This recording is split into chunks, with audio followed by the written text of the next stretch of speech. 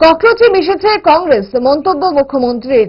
দিল্লির যন্তর মন্তরে উত্তাল ছাত্র আন্দোলন প্রসঙ্গে কথা বলতে গিয়ে এই অস্থিরতা সৃষ্টি করার জন্য কংগ্রেসকেই মূল নিশানায় নিয়েছেন মুখ্যমন্ত্রী ডক্টর মানিক সাহা। আজ আগরতলায় সংবাদ মাধ্যমের বিভিন্ন প্রশ্নের উত্তর দিচ্ছিলেন মুখ্যমন্ত্রী। প্রধানমন্ত্রী তো দেখুন যাই বলেন উনি কিন্তু অত্যন্ত দৃঢ়তার সাথে কথা বলেন এবং ট্রান্সপারেন্সি কোনোরকম মানে অন্য কোনো কথা বলেন না।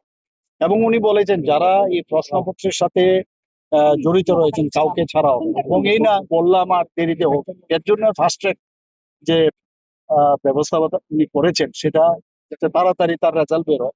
এবং আমি অত্যন্ত আনন্দিত এবং ওনাকে আমি ধন্যবাদ দেব যে এইরকম একটা ডিসিশন উনি নিয়েছেন এবং স্টুডেন্টরাও এতে করে খুশি।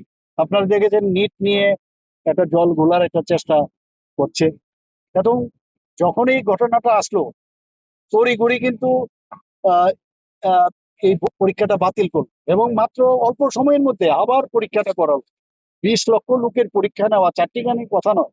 এবং এই এডুকেশন ডিপার্টমেন্টের মাননীয় যিনি ইউনিয়ন এডুকেশন মিনিস্টার, ওনার নেতৃত্বে তড়িঘড়ি করে সেই এই পরীক্ষাটা কিন্তু নিল এবং ছেলে মেয়েরা তারা কিন্তু খুব খুশি।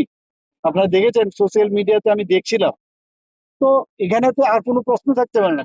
পার্লামেন্টেও যখন বলল যে আমরা যে ধর্ণা দিচ্ছি এখন যে কি এটা ককরোচ পার্টি একটা হয়েছে, এদের সাথে তো এক একবার এক একটা জিনিস হয়। সেখানে ইন্ডি জোটের যারা আছেন ওদের আহ সক্রিয় ইচ্ছাই কিন্তু এগুলো হচ্ছে।